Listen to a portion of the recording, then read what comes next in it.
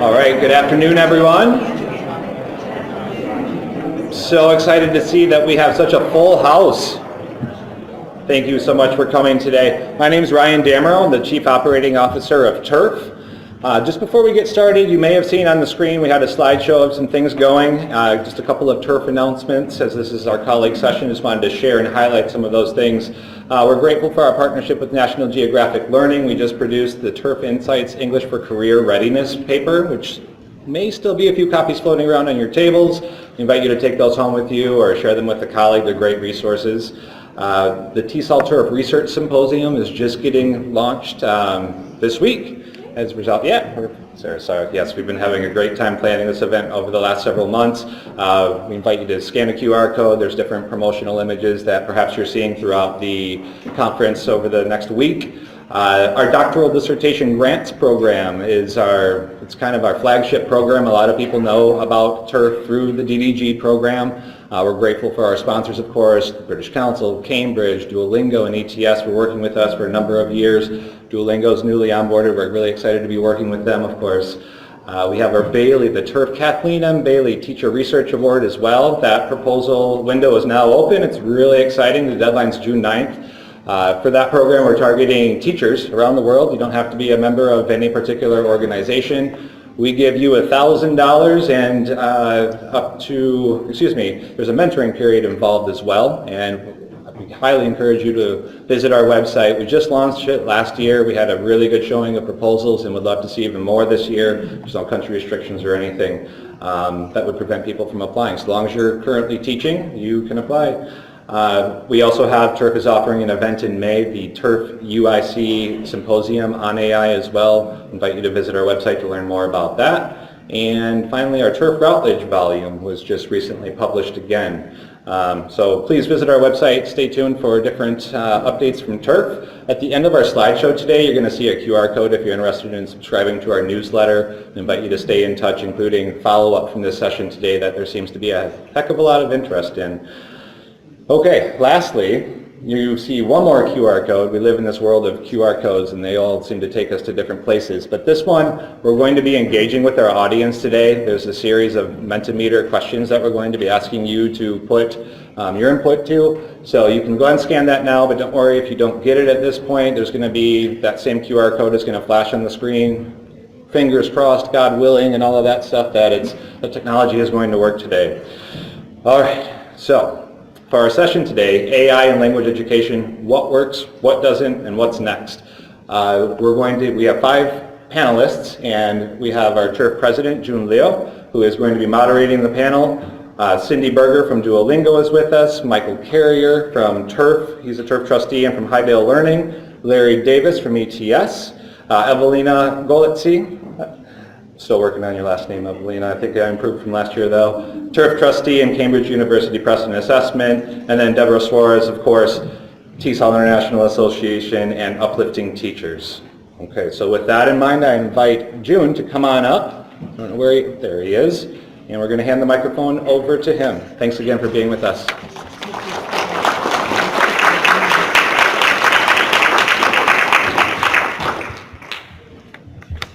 Good morning, everyone. It's my time morning because it's 6 o'clock in Macau. But I know that you are all cheered up. I have to say good afternoon. 大家好，下午好. Today, I'm impressed to see so many people sitting on the floor because all the seats were taken by those early arrivals. That is a good symbol that we are all interested in, number one, TIRF, the International Research Foundation for English Language Education. Second, TESOL, Teachers of English to Speakers of Other Languages International. And third, the topic, AI. These days, when you walk around, when you do business, or when you teach, you have to encounter AI. If you don't use it, your students are better users. And everywhere. So this is an issue we cannot avoid. And this is today our focus is to listen to different experts in different fields, including Cambridge, British Council, ETS, Duolingo, and the TIRF.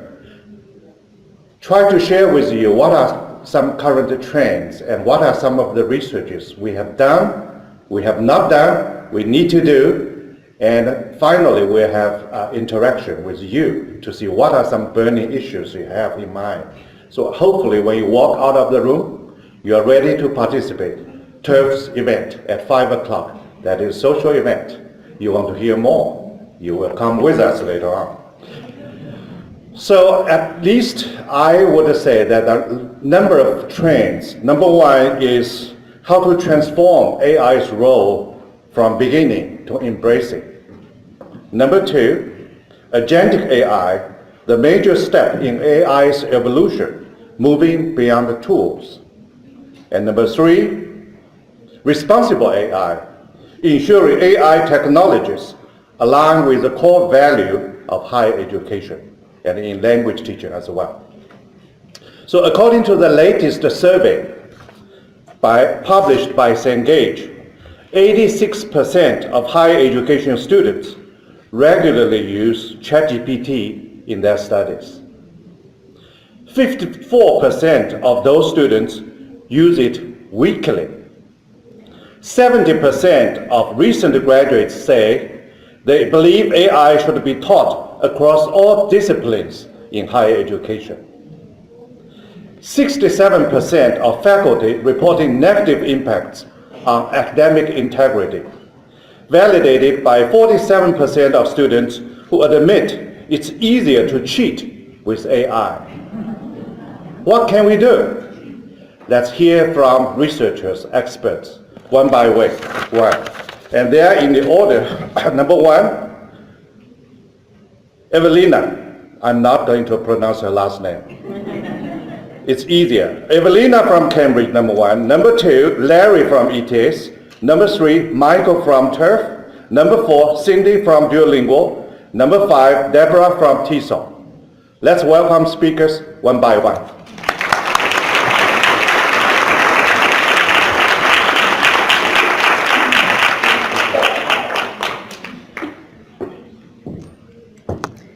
Thank you so much to Jun for this lovely introduction. Yes, my name causes many people problems. So Jun said good morning. It's morning for him. It's good evening for me. I flew in from Cambridge, and right now, really, my body wants to be going to sleep, to be honest. But hopefully, you've energized me already by seeing this full room and the interest in our topic. So, where are we with AI in language assessment? Our topic is very broad. I'm going to narrow it down to assessment. Okay, so I'll take about 5 minutes to talk about some key questions and issues that we need to be thinking about when we think about AI and language assessment. So first of all, AI, and specifically generative AI, creates a lot of potential for us in English language teaching, but also in assessment.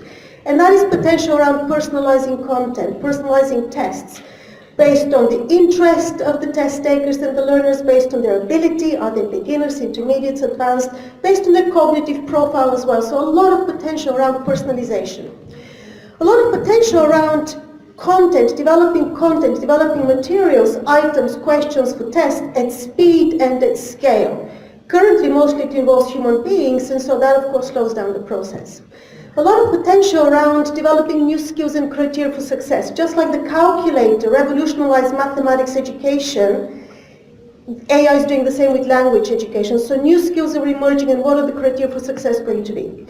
And also, there are opportunities around assessment of learning, which is summative assessment, assessment for learning, which is formative, and assessment as learning. In other words, constant gathering of insights and information about what learners can do as test takers. And finally, a lot of potential around using AI, artificial intelligence, alongside human intelligence. And that is incredibly important. So this is the potential that we face, but there are many, many big buts.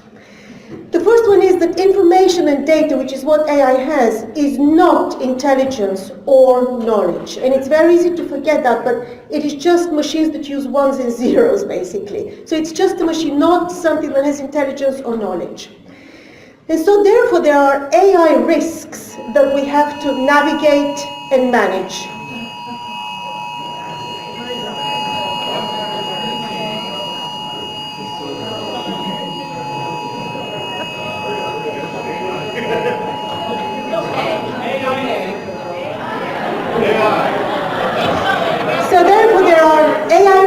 we have to navigate and manage. And I'll talk to you quickly about 4 specific risks that we need to be aware of. There are risks around standards in assessment, but also standards in education generally. Risks around integrity, explainability, and a human-centered approach. So quickly about standards. In language assessment, which is what I'm talking about, there are 2 key principles that have to be always considered for a test to be considered appropriate and of high quality, and that's validity and fairness. Validity means, are we testing what we want to test? Is the test communicative? Does it address cognitive processes at different levels? And fairness is about, is it discriminating unintentionally but in a systematic way against test takers? So these are very, very important considerations. When it comes to AI, we must maintain validity and fairness, and that becomes even more important. And the same, of course, is to do it with learning. We have to maintain pedagogic principles. So we use AI in test development, in test delivery, in marking, in security, in accommodations. All the ways, these ways that we use AI, have to consider those principles of these standards. Secondly, and possibly even more importantly, is the idea of integrity. So Jun mentioned plagiarism, how students see ChatGPT as a tool to plagiarize, but actually it goes beyond just plagiarism. There is, of course, exam integrity, that's plagiarism, but I believe that we have to think of AI not as policing against using it, but as transforming our assessments so that it becomes part of the process. So we have some tests that where AI is not allowed, just like calculator is not allowed in some mathematics tests, but there will be tests where we want AI to be used. We're developing the skills in our learners and test takers to be able to use it skillfully and appropriately. Bias is a very, very big concern with AI, because AI not only perpetuates but actually intensifies biases, and that's something that is not even noticeable very often, but we have to be aware of it. IP and copyright. There is a threat to intellectual property when we use large language models. Again, these are concerns we have to think about in language assessment. And finally, the environment.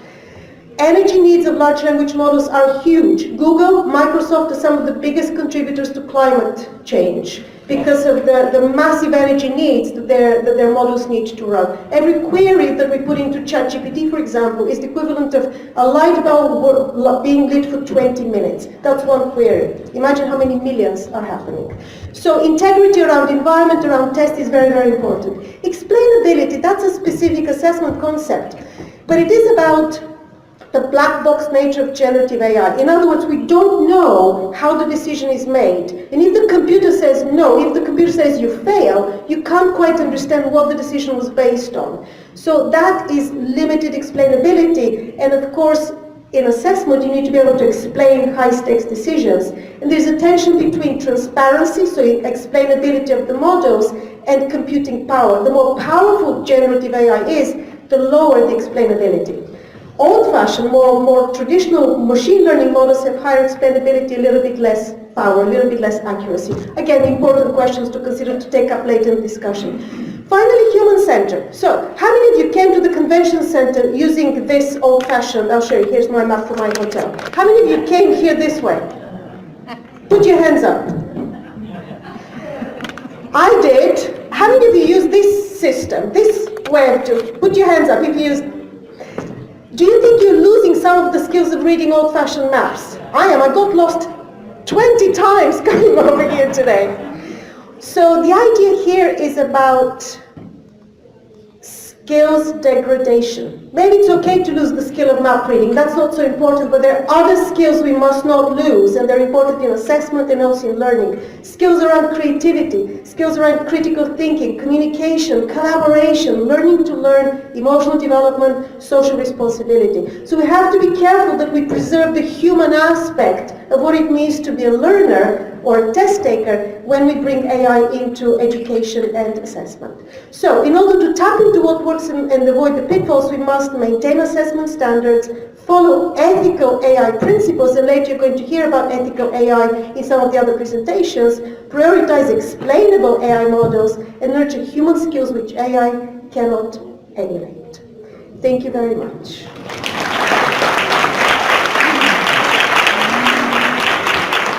We're now going to have 2 questions, and we'll do this after every presentation. So Suzanne is showing you the QR code again.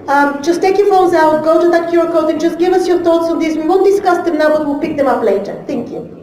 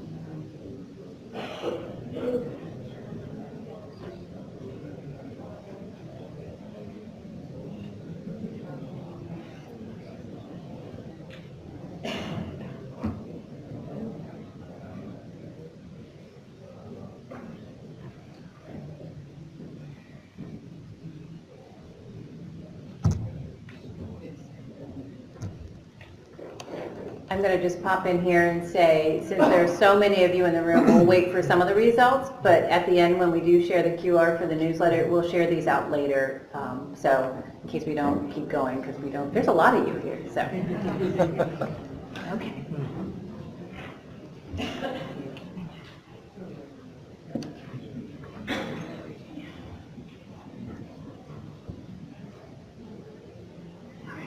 Okay, so I'm Larry Davis. I'm a research director at ETS, and I'm going to be talking about evaluating language performance using AI. So Evelina just gave us a very nice overview of some of the issues regarding the use of AI in assessment generally. And I'd like to follow that with a more specific example, and particularly the use of AI in scoring. And I think it illustrates some of these issues that Evelina was talking about.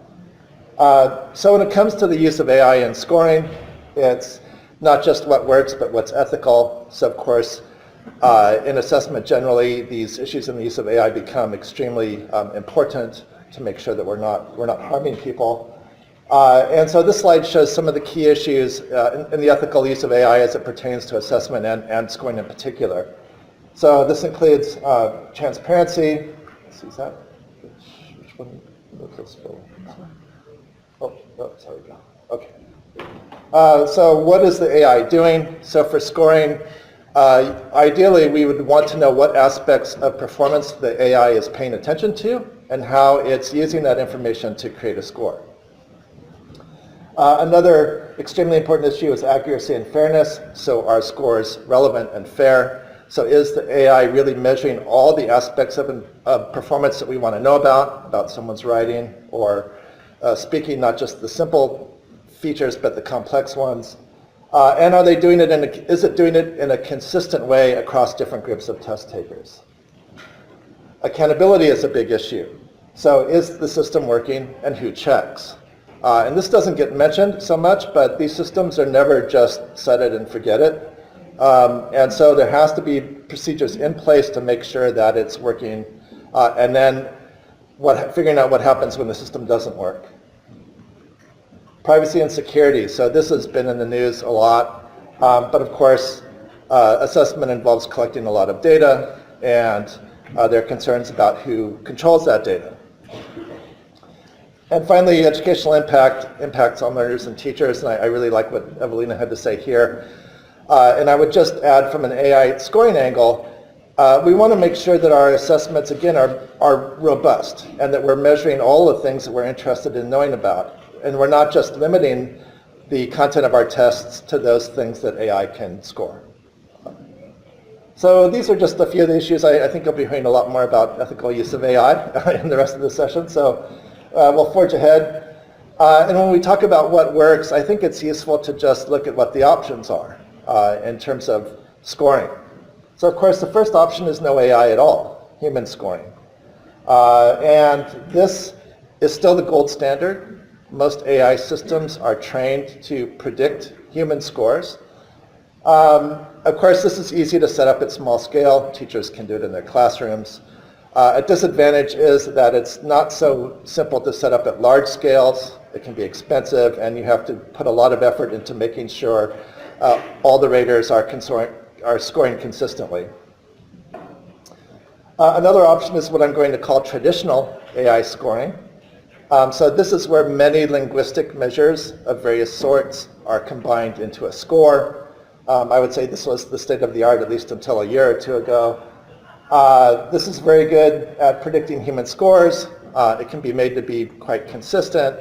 It's what we use when we use automated scoring at DTS.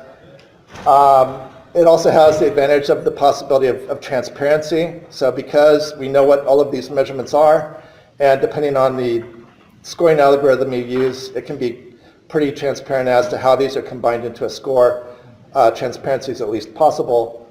But these kinds of systems are not simple to set up. It requires quite a lot of expertise. And then, of course, there's the new kid on the block, scoring using generative AI. So this is where language performance and other materials, like a scoring rubric, are input into a large language model. And so this, an advantage of this approach is that these large language models can generate very nice descriptions of or feedback on performance, these nice narratives about strengths and weaknesses, which are great for teaching. There's a lower bar for getting started, so pretty much anyone can, dump an essay and a scoring rubric into ChatGPT and get some kind of score out of it. But issue here is a lack of transparency. So as Evelina mentioned, these LLMs are completely black box, so we don't know how a scoring decision is being made.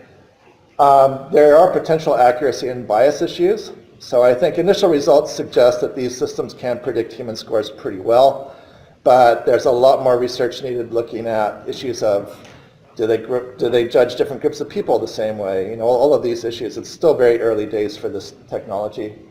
And of course there are privacy issues which have already been mentioned.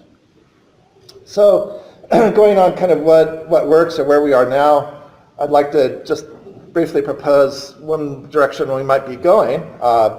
And this is having GenAI and humans working together. And in a specific example here in the world of scoring would be to produce a scoring commentary using AI to guide human scorers. And so a scoring commentary is a document where you have a performance, so an essay, you'd have a score for the essay, and then you'd have some description of why the essay got that score, some commentary on that. And these are normally produced by expert raters, and they're used to train new raters or used as kind of ongoing training for raters to make sure everyone stays calibrated. So we tried using an LLM to produce this and just kind of a quick small-scale study. So we input a response and a rubric into the system and ask it to explain why the score was, ask the LLM to explain why the score was awarded. And then we compared it to a similar document produced by a human expert. And so what we found was that the human and AI versions generally had the same score, and the language points called out were similar across both. So that was good news. However, the human version focused on distinguishing score bands, because that's what raters have to do, whereas the LLM version focused on how the test taker might improve. And so that's not to say that this couldn't be fixed with more clever, prompt writing, but I think it calls out the point that prompt engineering isn't simple, so it's not always that easy to get exactly what you want out of the machine. And in any case, you need to check the output. You can't just assume the output will be fine. But I think there's a lot of promise here to have not AI replace humans, but AI and humans working together. And that's my hope, at least. And with that, thank you for your attention.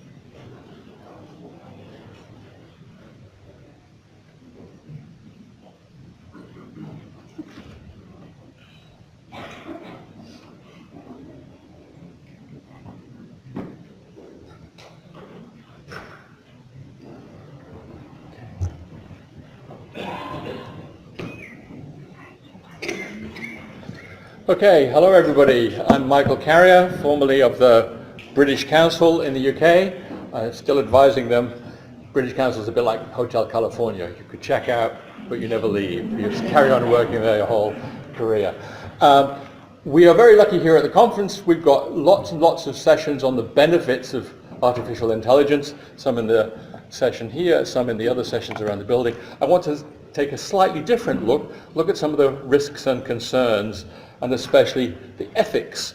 What we've been trying to do in TIRF, and this is a very, very short extract that we're going to show you today, is look at some of the ethical issues and try to put together for teachers and for learners a simple ethical framework. That's the general ethics, the general principles of making sure that students use this in a good way and not in a bad way, to support their work and not to replace their work, and to set up some of the policies. So I've been reviewing some of the policies set up by various universities in the US and elsewhere, and trying to see what we can learn from them in terms of things like setting permissions, what things you can do in the class and what things students are not allowed to do, setting up citation policies, setting up sanctions for bad behavior, for students following unacceptable rather than acceptable uses of AI.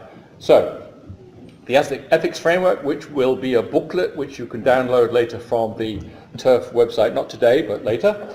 And it goes into some of these principles and policies, and I'm going to show you one for teachers, one for learners, a very simple 10-point guidance chart of things maybe you could put on the classroom wall, things to do and not to do to try to guide us as we embark upon this new development in education, to make sure that we all develop our AI literacy, for us as teachers and our learners as well, and that we don't misuse it and abuse it and misuse copyright, as Larry mentioned earlier too. So the concerns are around plagiarism, biases, misinformation, and so on.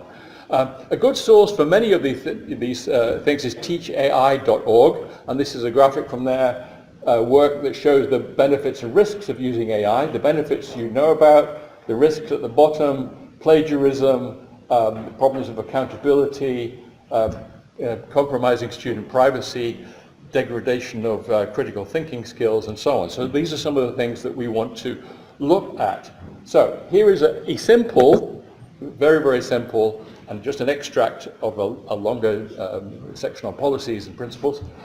Simple ethics guidance for teachers. I'll read some of them out. You can read all of them later. You can download this. I think that QR code will take you to a download option later. Set clear learning objectives for the use of AI. So that it's not just for fun or just because we can do it. There's got to be clear educational goals. Promote AI literacy for students so they know what it is and what it does, and most importantly, what the limitations are. I think because a lot of people who don't use AI very much have just been following the television and the news and the media and so on, they think that artificial intelligence is kind of intelligent. But if anybody's tried ChatGPT, knows that it's not particularly intelligent. It doesn't know things. It doesn't know facts and so on. You've got to be very careful. Understand the risks of AI, make students aware of plagiarism, bias, inaccuracy, and privacy issues. Explain why the tools are used and why they're not used, and set standards in and out of the class for what they should be doing and what they should not be doing. Developing critical thinking skills for AI use is also incredibly important, so that students are not just cutting and pasting and not thinking about the text that they're stealing from AI and using that as their own work.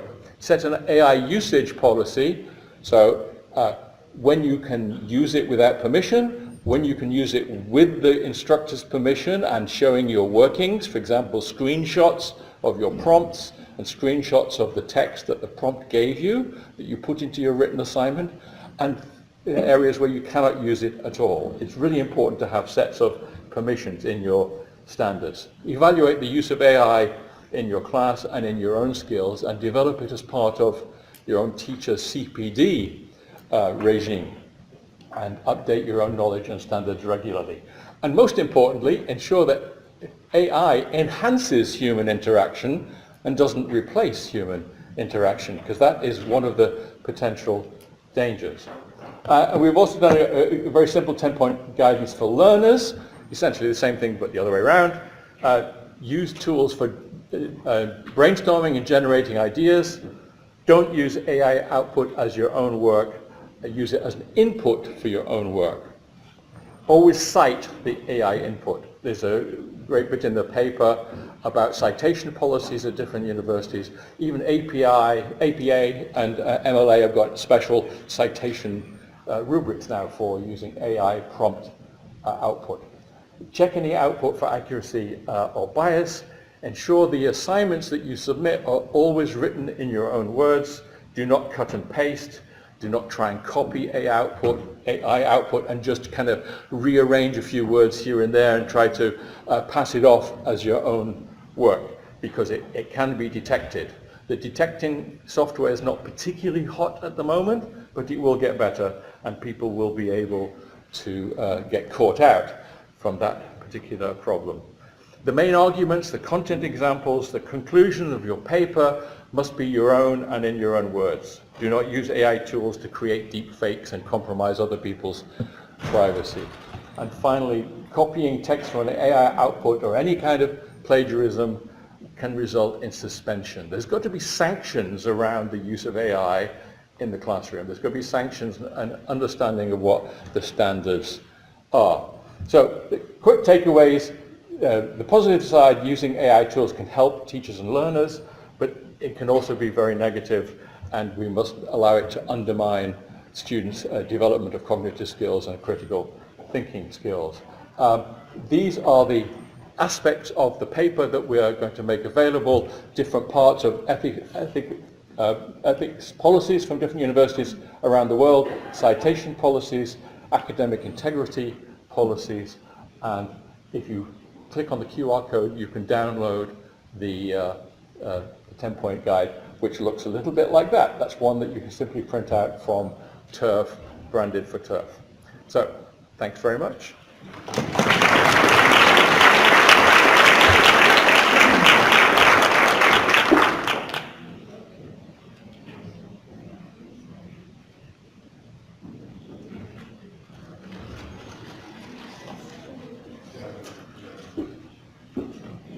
Hi. I'm so anxious. I would like to hear.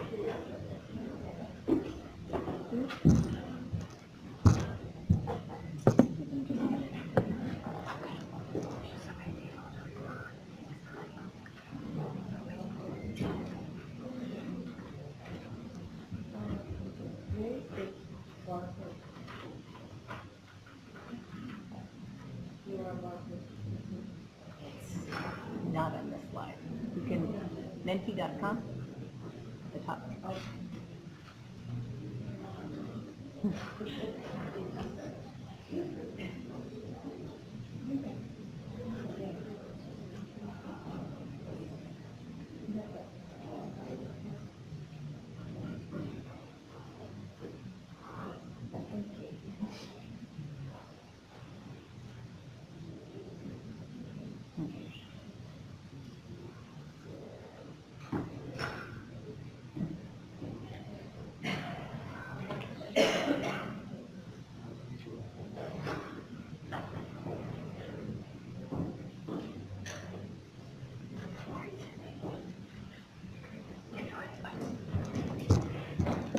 Okay, can you hear me okay?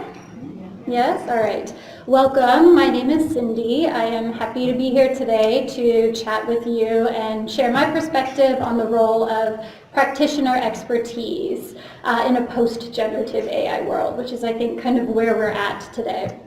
First, I do work at Duolingo, where our mission is to develop the best education in the world and make it universally available. I work specifically on the language learning platform, and in that space, our goal is to teach well, to apply the best practices from language pedagogy and learning sciences. Toward that goal, we have, let me see if this is going to work.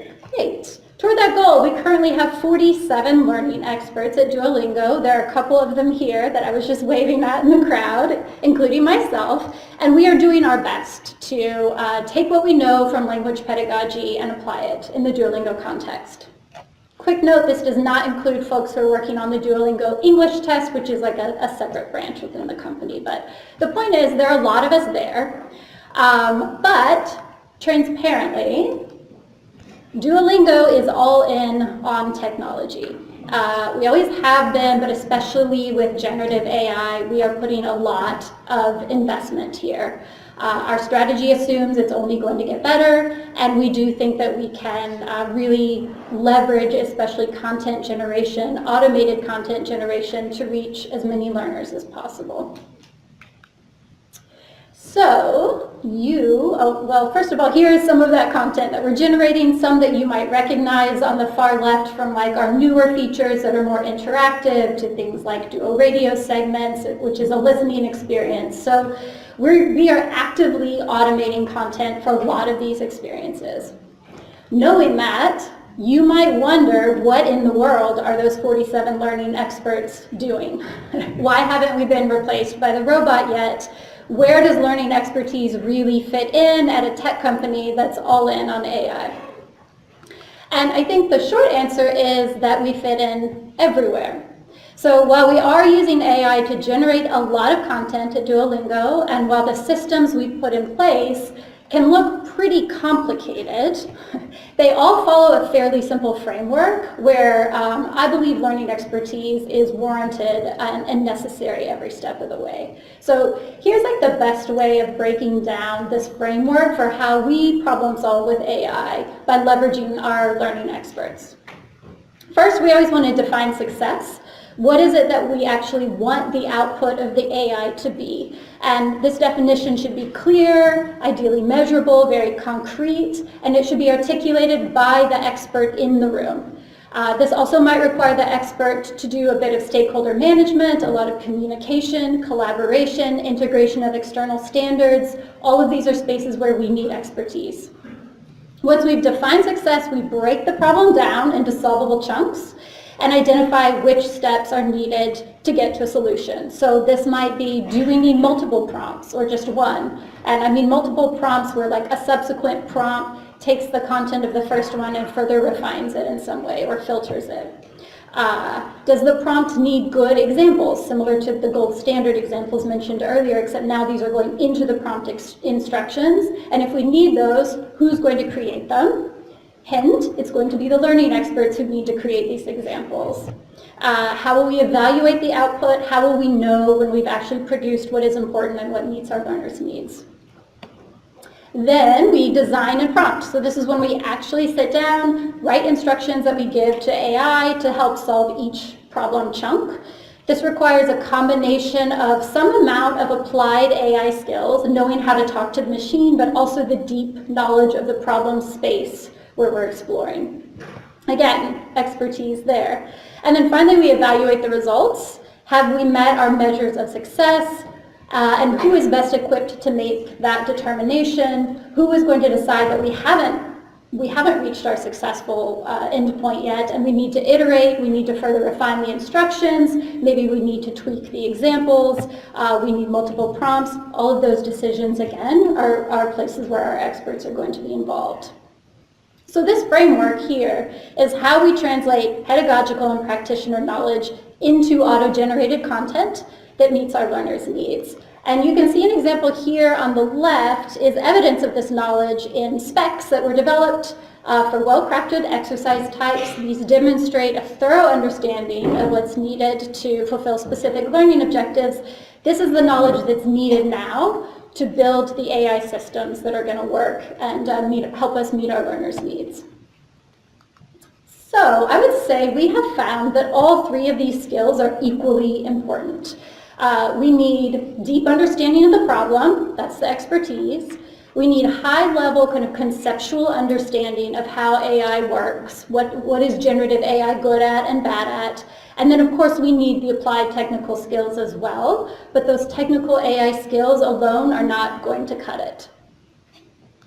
And so I would say all of these people I showed you here at the beginning are interacting daily with AI in one capacity or another, but that relationship is really nuanced and it's dynamic. So at times we might be diagnosing a problem, at another time we might be troubleshooting output that isn't hitting our success criteria, we might be curating output, or we might really be like coaching the system to perform better. But no matter what, that practitioner expertise is really at the foundation of those interactions, and it's really, really vital to plays a vital role in the success of the system. And I look forward to chatting with you more about this, but for now, thank you for your time.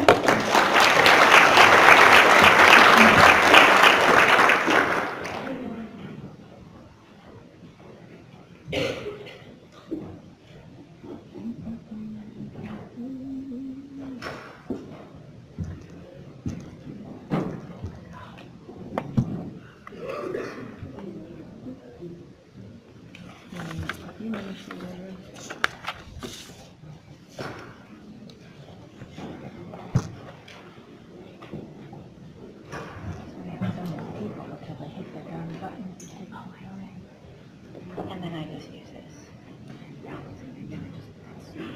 Okay, I won't do anything here. Okay.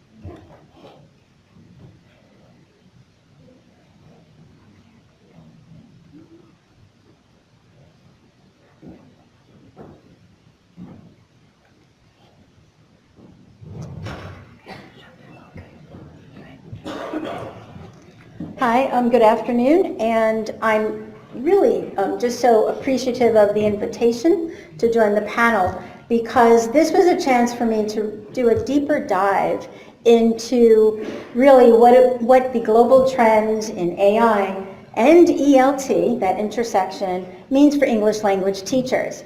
And so my little talk is entitled Curiouser and Curiouser, which, as you know, comes from Alice in Wonderland as she meandered her way through very strange things. So this is Curiouser and Curiouser.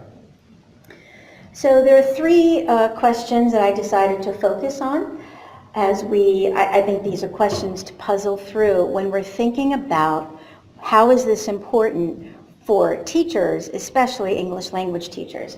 So one is, what are the crucial implications for ELT professional development? professional development. And what are surprising developments at the intersection of AI and ELT? What is really kind of taking us in different directions? What is very surprising? And then last, I'd like to know more about teacher-driven, classroom-based research questions in the ELT space.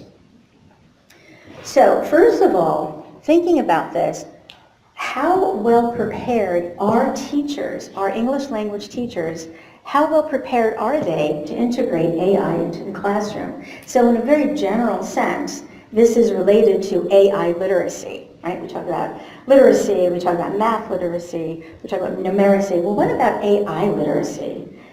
How well prepared are teachers to engage with AI? And of course, we've already talked about ethical use of AI, so I won't repeat, but I'll just add.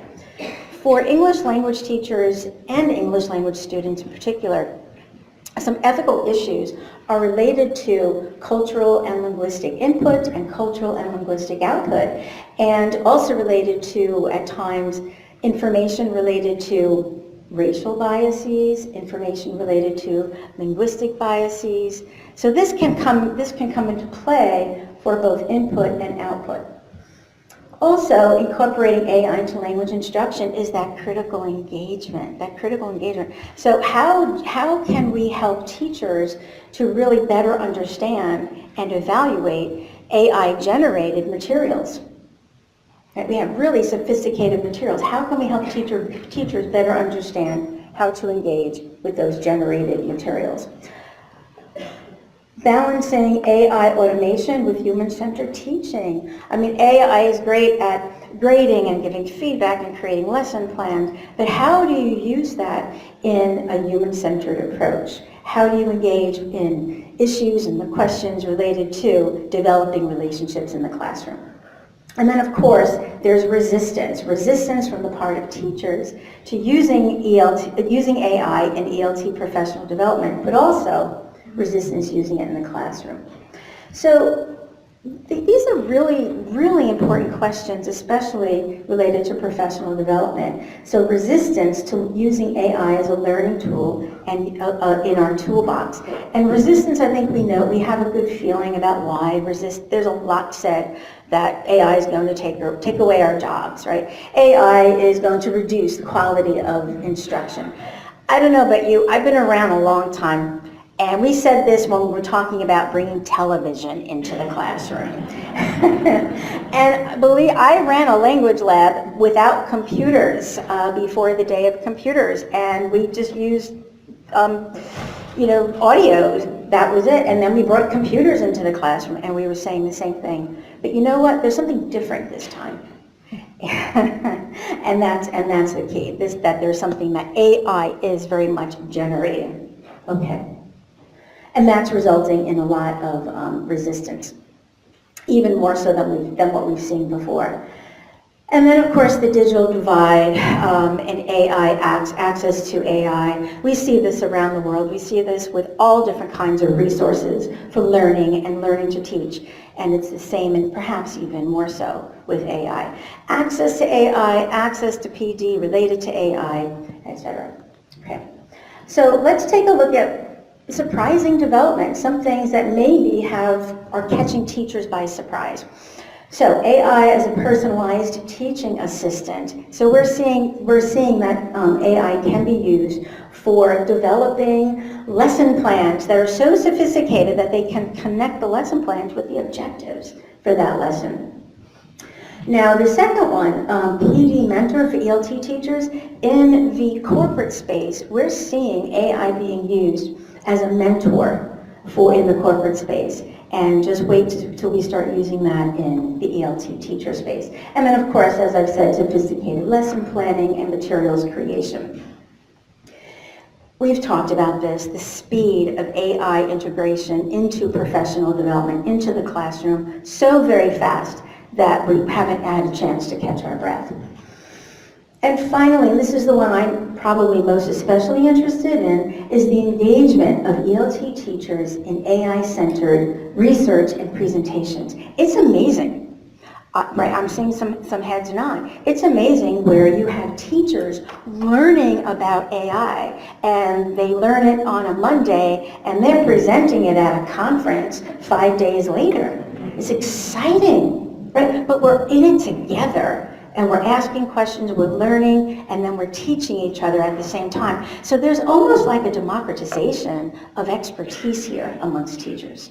It's really exciting. And not only teacher-centered research, but also teacher-driven research.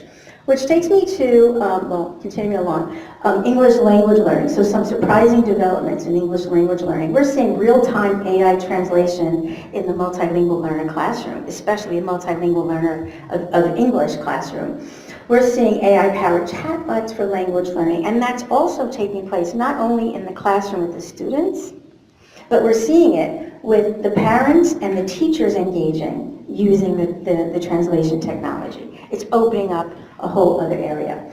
Of course, we always talk about differentiation. AI has been doing a really good job with helping us to differentiate according to individual learner needs, individual learner areas where they specifically need to work on more or work on a little bit less. And then, of course, integrating tools directly into the classroom where teachers are able. So I don't know about you, I find that surprising and exciting. All right. Now, the last bit that I found was really very interesting to explore is this notion of teacher-driven, classroom-based research questions. And teachers have grabbed onto this. They're not waiting for experts to come and tell them how to do things. They're not. They're out there talking about it, and they're in their classroom working with their students and their colleagues. But I have this quote from a literature review, and it says, "It is becoming more challenging to identify the most suitable and efficient tools for implementation in the English as a foreign language classroom education because of the massive amount of innovation." Right? It's kind of spinning around. So let's think about how we can do this, not just quickly and not just jump on the bandwagon, but how can we look at what's really important for teachers, really important for English language teachers by looking at the questions that they're generating. So there's a whole bunch, and I found it very enlightening to go and read literature reviews, but I have a few for you here. Can using AI technologies and platforms enable educators to assist students in gaining a profound understanding of various cultures?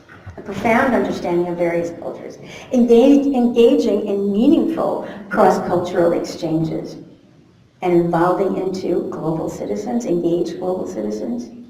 That goes way beyond just learning how to use AI and learning how to use ChatGPT.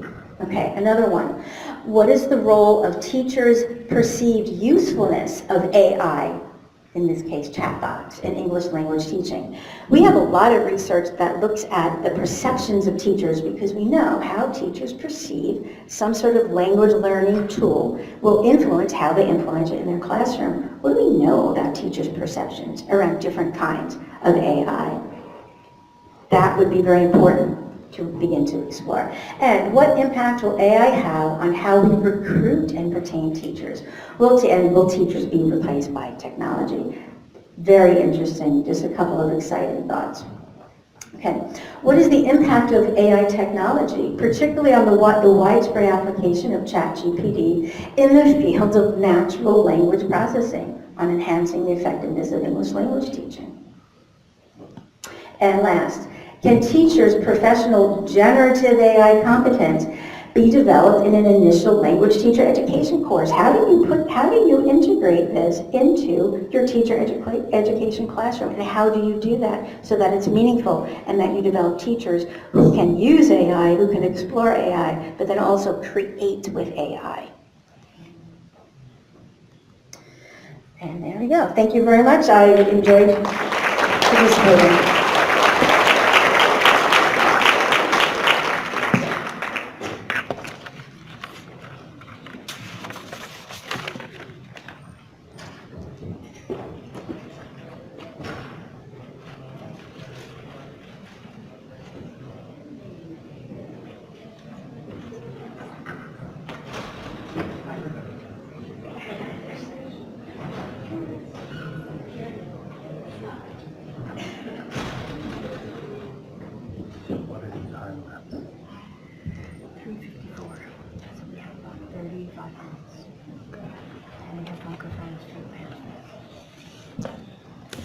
All right. I'm sure many of you feel lots of information. And I'd like to thank all the presenters today. They share with us from different perspectives. Two of them are from, we call AI-driven companies, which is Duolingo and ETS. And I'm impressed that Duolingo has assembled almost 50 people. Are they mainly from education or from AI field? Those are all more education, so applying linguistics. Just like you. Oh, very good. So we have about 35 minutes, and I will throw a couple of questions for the panelists. I find something in common, and then we'd like to engage with you, ask you to ask questions. I think that would be great.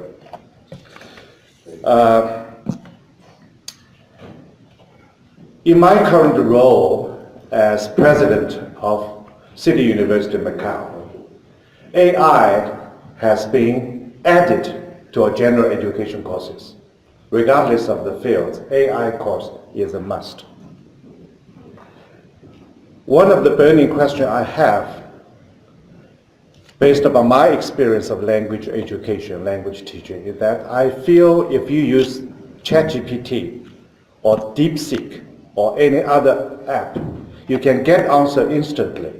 So that I consider as a product. But learning is a process.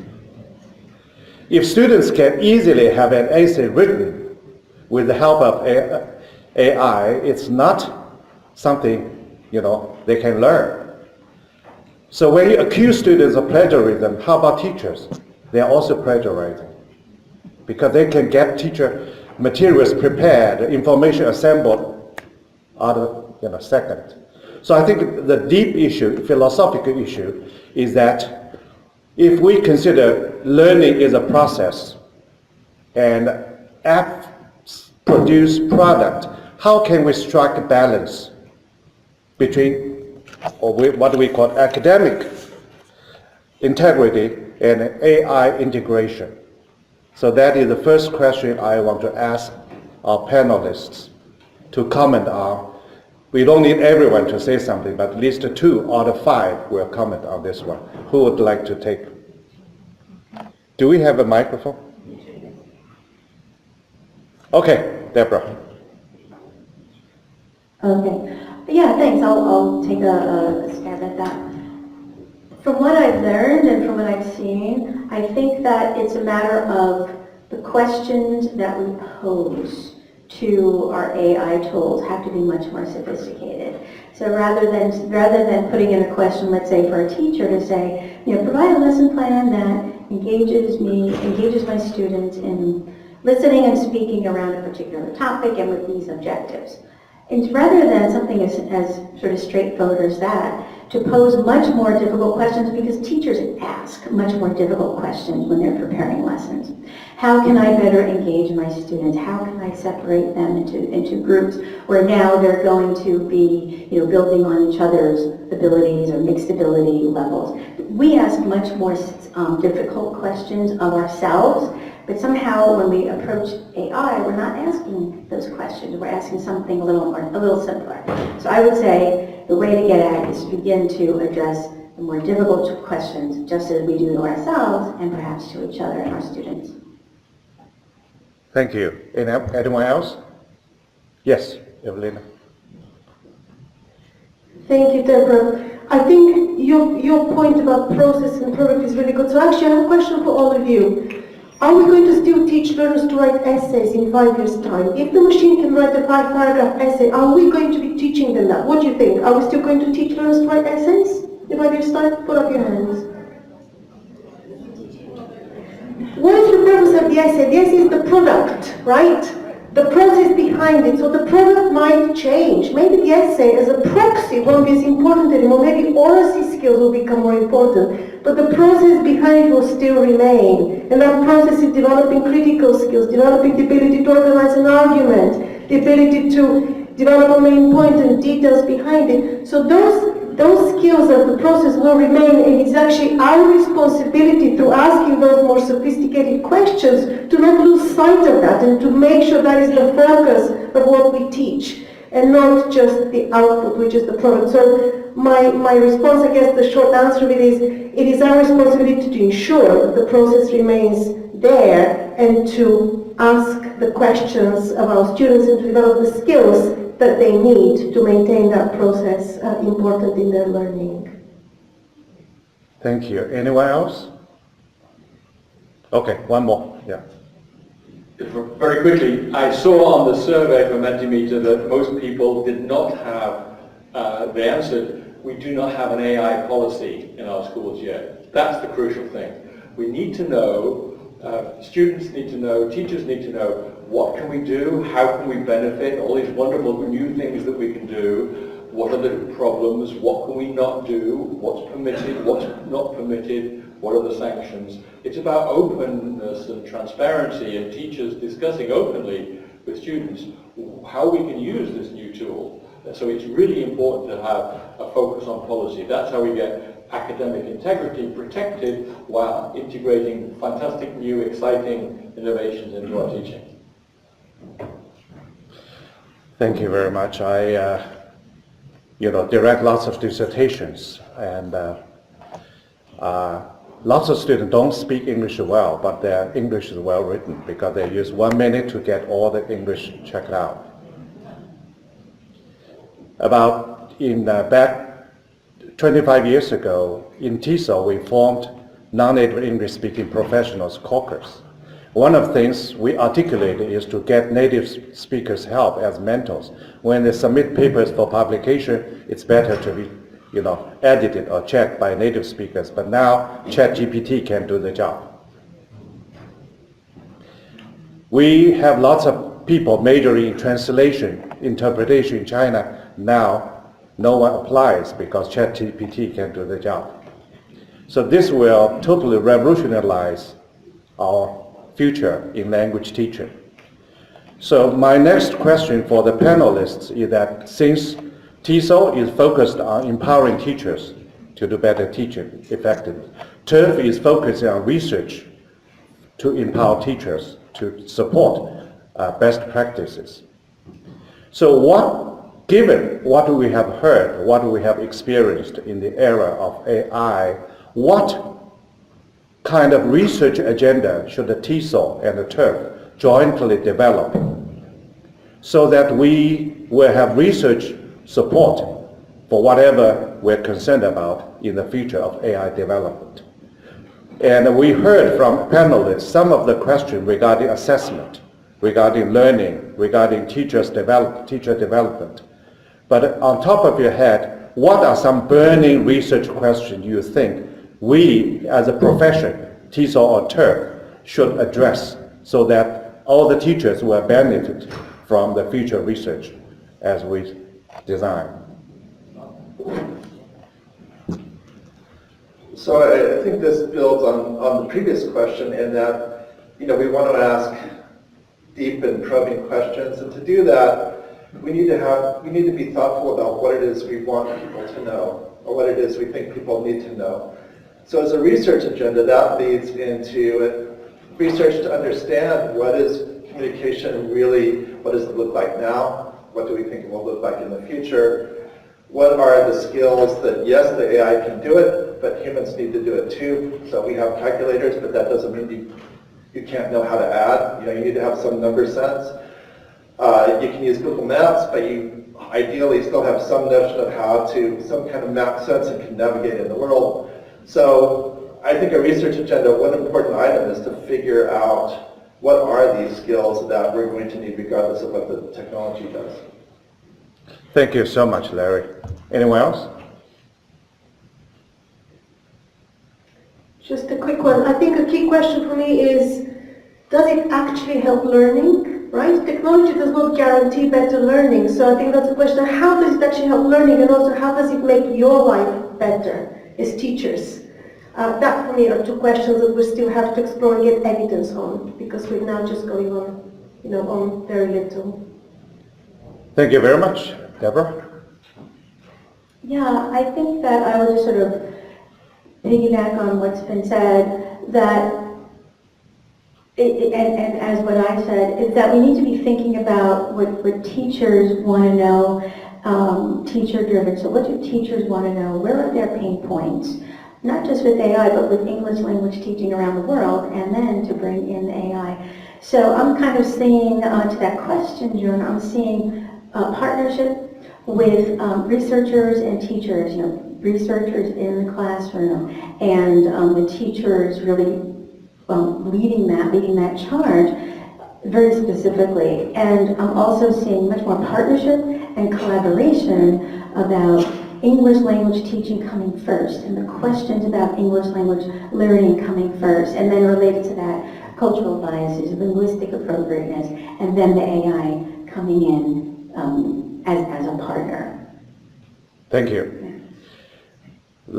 Cindy. Thank you. I don't operate in the classroom anymore, and I'm not an assessment person, so take this with a grain of salt, but I suspect we need to evolve our understanding of the constructs that we want to assess and teach. As an example, Duolingo, we have an internal efficacy research lab where we kind of check in. We'll use external tests to see how well our product is teaching the languages we want to teach. And we realized recently, it wasn't a big surprise, but we have a pretty big gap in writing for our intermediate learners. And if you've done Duolingo, not a surprise, because you're just kind of doing a lot of like isolated sentence translation. So as we set about to address that gap, I mean, we're kind of like in the middle of it right now. We're asking ourselves, like, what is writing? Which is what you want to ask no matter what if you're going to teach something well, but like in 2025, what is writing? What do learners actually need to be able to do in English or any other language to meet their goals, to be successful? Probably not a 5-paragraph essay anymore.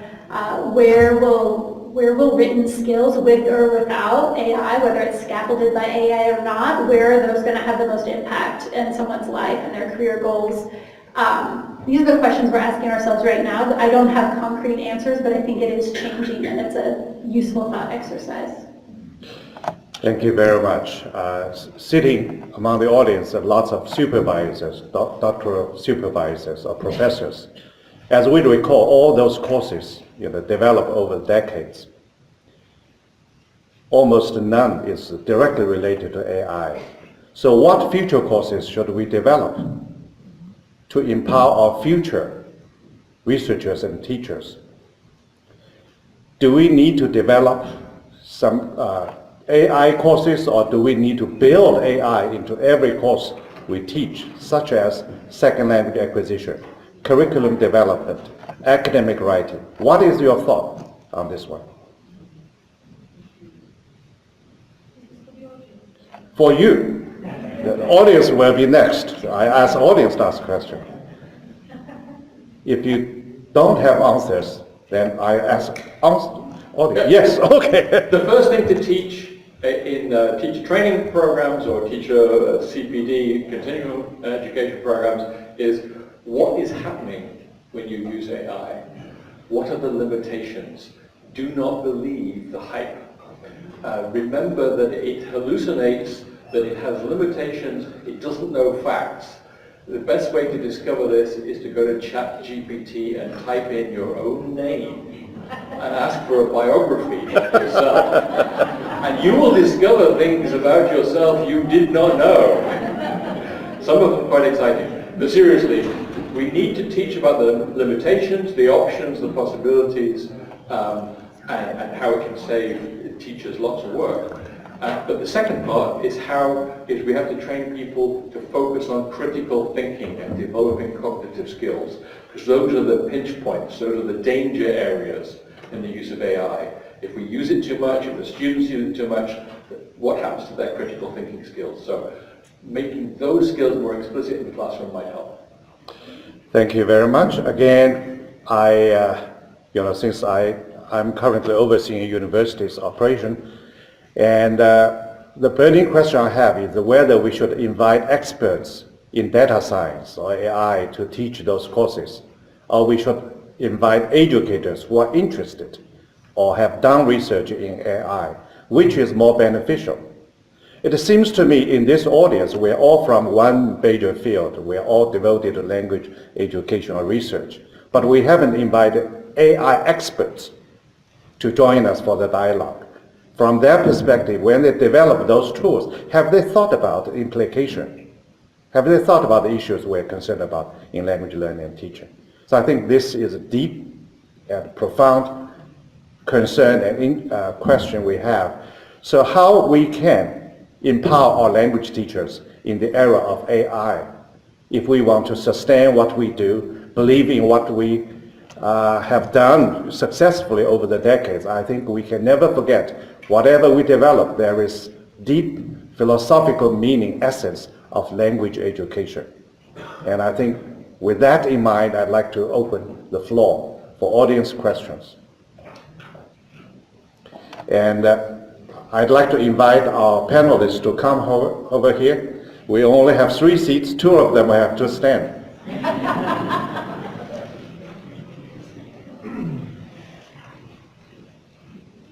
Yeah, when you ask question, let us know your name and where you teach, and then question. Stand up, please. Yeah. Yes. Okay, my name is Austin Pack. I teach at Brigham Young University, Hawaii. And first, I just want to say thank you for bringing attention to this important topic and for allowing us to discuss questions with you. One of the points that was raised was that the AI models may not share the values of higher education and language education as they are right now. If we want AI to adhere to the values of higher education and of language education, then it seems important to me that the companies that are making these models, that are training these models, are aware of our values and our needs. These companies use a variety of benchmarks or tests to evaluate the performance of their models. These benchmarks tend to focus on STEM subjects, such as math, coding, and the sciences. What is noticeably missing are benchmarks related to education and the humanities in general. My question is, has TESOL, TIRF, the British Council, Duolingo, or any other organization represented here, have they attempted to communicate these concerns with these big, gigantic companies like Google, DeepSeek, OpenAI, Anthropic, etc.?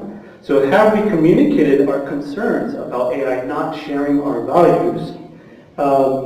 And, for example, would it be possible for us to create a task force or get organized and reach out to these companies and create a benchmark ourselves, for example, that assesses these models' ability to assess language learners in a valid and fair way? Thank you. This is an excellent question. I'd like to see quick answers from our panelists. Yes or no? That might, finish the interaction. But anyway, you can say a little bit more. And then I can answer a sub-question that was there. To be transparent, Duolingo did get early access to GPT-3 at the time. So that was in November, December of 2023. And we were allowed to play with it secretly for a few months and give them feedback. Now we were really, I don't think that we were giving values-based feedback, to be honest. So I hope that that was implicit in some of the feedback we gave. It was more so could you use this language model to meet some of your needs? And they did iterate based on our feedback. We weren't the only ed tech company that they contacted, but that's a short answer. That doesn't answer the broader question. I do think that, yes, a task force is a great idea. I also suspect, I think I said this last year, it hasn't happened yet, but I still think it's true that as time goes on, we will have more education-specific LLMs, large language models, once we all kind of get used to this world, and there'll be more sort of long-tail models that crop up where I think hopefully education specialists can have more of an input. I will pass it on now. Larry, thank you so much, Cindy. So I have to say at ETS, sadly, we don't have much leverage over the likes of OpenAI. I suppose that's not a surprise. But one thing we can do is make sure that our own house is in order. And so when we use these various types of AI, whether it's the more traditional type or the generative AI, you know, a lot of very smart people have done a lot of thinking about how you do that in an appropriate way that incorporates the values that we have. But I think influencing the broader ecosystem is a much bigger issue, obviously. And it seems to me that's the kind of thing where we all need to work together to, you know, force that kind of change. Thank you so much. And last, yeah. I'll try to be brief. So you asked several questions, and so I would say yes, no, maybe, yes. So TESOL International has, as I'm sure you'll know, has had recent and very exciting partnerships. So we partnered with T-Mobile most recently. If you don't know about that partnership, take a look where we had workshops related to specific AI issues and English language teaching. And before that, we had a partnership with Microsoft, which has led us to be thinking about just the kinds of things that you've raised. You know, is there a point that we would take a position on AI and English language teacher professional development? So I don't have an answer other than to say we're thinking about these as well and the larger implications. And you know, it's not easy stuff. And a task force is a great idea because you need to get a lot of people thinking about this in the room and people from different roles in this space thinking about it in the same room or the virtual room.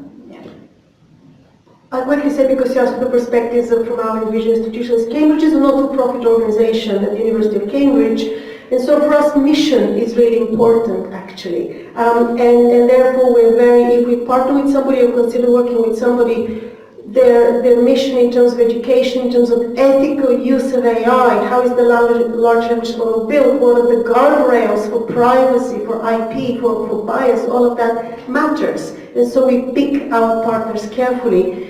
But clearly, we're not influencing the broader ecosystem, as Larry said. That's a much bigger discussion. But yeah, we're aware of it at least and trying to make small steps in that direction.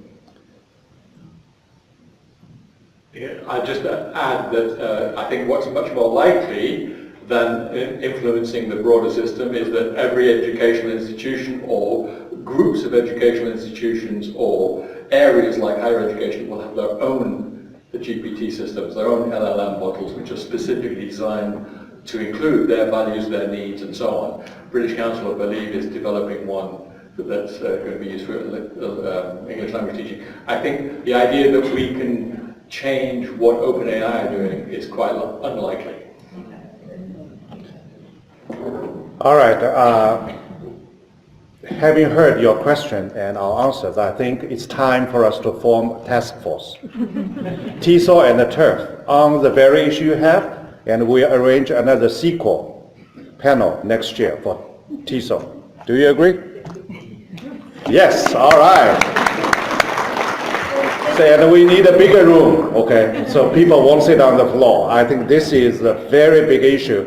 We need to work together. All right, next question. So my name is Glenn. I actually have been developing 2 language learning apps, and of course they integrate AI these days. I just watched a series of webinars by the AI Education Summit by the Human Center Center at Stanford, and a lot of ideas resonate with me, including what you just said as well. That it seems like the knowledge that we are learning is going to change, the skills that are needed may change. So an example is the 5-paragraph essay. So maybe the questions to TESOL and the thought leaders in the field is to define the knowledge that students need to learn and also the skills. The 5-paragraph essay, maybe instead of an essay, it's another form of creation, right? Still storytelling, still some kind of project that involves language, but also students can create it with AI. And something else that resonates with me is also that we still need to know all of the knowledge. We still need to know mathematical concepts, the basic conceptual knowledge of different fields, but now plus we need to learn to create. So that resonates with me. All the knowledge plus the ability to create, and the balance between learning to create and being told. Because in order to learn new knowledge, you still need to learn from experts. So I'm just wondering whether that's a good idea in terms of thinking of defining the kind of knowledge and the skills that students need. And organizations like TESOL and TIRF and Cambridge ETS can also think about those things. So a suggestion, I guess, but I would love your comment on that. All right, let's do it. Two of you, okay.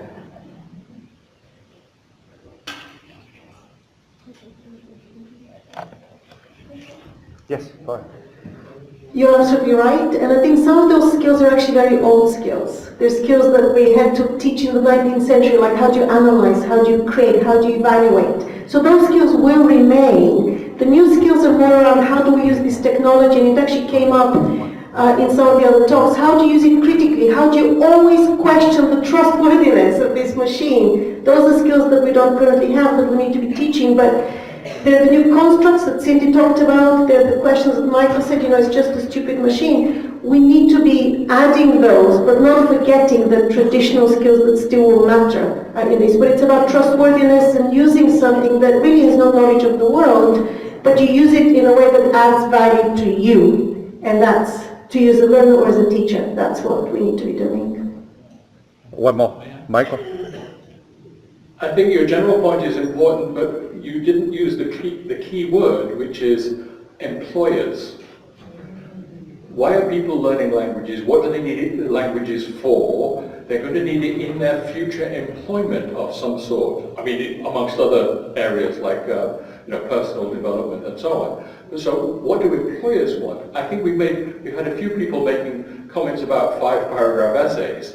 One of the big things that employers complain about these days about a lot of their incoming new staff is that they can't write. They can't write emails, they can't write letters, they can't write reports, they can't write proposals. So let's not get rid of some of the writing skills just because AI makes them too easy to do. We've got to incorporate AI and critical thinking and the skills that people will need after they leave our care in order to make use of the AI most usefully. Okay. One more. Yeah, I'd say that to add to that, I think, there are a couple of things here. One is there are basic skills that we're going to need or that you want people to know, like how to form an argument, let's say. And then there are going to be other skills they need to know that involve the use of AI. So how can I use AI to get this particular task done fast and good enough? And I think the tricky thing here is deciding which of these you're going to focus on any given day. And deciding, when is it that we need to focus on argumentation and when is it we need to focus on editing, let's say. And it's different. So if the AI generates a rough draft and you're editing it, to me that's a very different cognitive process than starting with a blank page and having to figure out what the argument is. So this is the kind of, I think, clear thinking we need to have as we put this type of education together. A quick example. Okay. If you imagine, let's say, if I want to design research in academic writing, I have two classes. One is pilot, one is the experimental class, one is the regular class. And for one class, 3 assignments, I want them to spend a lot of time using AI to understand narrative essay, expository essay, and then get rid of them and start writing on their own. The other class is to write on their own and then review all those AI tools. By the end of semester, which class will produce more learning? We don't know. We need research, right? This is just one example. So from my understanding, that lots of students will get easy access to then try to use it or plagiarize or whatever, to what extent, but they're not actually learning. But on the other hand, if you try to work hard to write an essay, and by the end, when you read the real good essays, you can learn quickly because you have already tried. So this is, to me, the balance between learning and using AI. So anyway, we will have one more question. Luciana, Not a past question. piece of Luciana evidence. Yes. Jubilera. I teach at Virginia Commonwealth University, and since many of the examples were in the area of second language writing, I'm in the field of second language writing, the 5-paragraph essay is dead. Dead! All right. And if you're still focusing on the 5-paragraph essay, I'm sorry to say, you are doing a disservice to your students. Come to our presentation next year at TESOL about why the 5-paragraph essay is dead. This year I'm doing no pre-teaching vocabulary, so that's another interesting one. But what you just mentioned about learning how to argue, developing the critical thinking skills, more of a genre-based approach is really what we need in the age of AI. And I think we have many tools. Debra mentioned something about the question that we ask, right? So those prompts and generating those prompts to get what we need from ChatGPT, for example, are really, really critical. And that it also involves writing skills. So I can go on, but I just wanted to make that final comment that the 5-paragraph essay is dead. And thanks, everybody. So I think we all agree with you because no panelist wants to argue with you. If 5 paragraph is dead, how about 6 paragraph, 7 paragraph in the future? So we should allow multiple paragraphs out of their own. So last question, someone raised their hand. Yes. Woman in red. Yes. It is something related to what you said. When I've been teaching writing as well, I teach at TIRF Tech, that is in North Carolina. So my problem with my teachers is that if we give something to the students, even if it's one paragraph or a reflection or something, if they use AI, they are second language learners. The result is that when we ask them that this has been produced by AI, they say, no, I just wrote it in my language and the ideas are mine. But well, I wanted to correct my language. So what about that? That's my fear, because they cannot speak, they cannot write a word. When we ask them, what we've started doing is, when they write something, we ask them, okay, so these are the words or these are the phrases that you used in your essay, whether it's a 5-paragraph essay or it's a summary or a reflection. And they have no idea. They don't know what they wrote. I wrote something, but I don't remember what I wrote. I have a thought in response to both of the last two questions, which is that we probably biased our discussion today toward writing too much. The good news for very proficient English language learners in academic context is that LLMs are leveling the playing field a little bit for them. I mean, this could be a boon to English language learners, where they have tools that will allow them to quickly edit and polish their work, and they can then keep up with native speakers.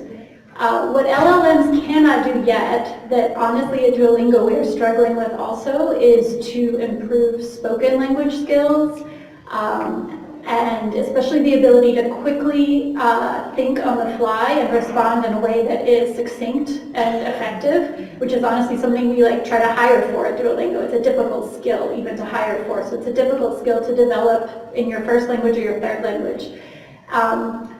We have a chatbot-like feature that we're working on. I personally don't think we have yet gotten close to offering a proxy for a good teacher. A language teacher, a language tutor, someone who has these skills honed by years of practice, where you know immediately how to respond, when to praise, when to give feedback, what type of feedback to give, is it explicit or not, when to recast. That is really, really hard to approximate. So I think that's a space where you all have a lot of value to add. And it's also a massive gap that we haven't talked about too much today outside of writing, which doesn't fully answer your questions about writing, but it's just a thought I wanted to share. It's not just about writing, I agree. I would say that we all know this. Learning is about scaffolding helps learning, right? You can't expect our learners to run before they can walk. You can't expect them to walk before they can crawl.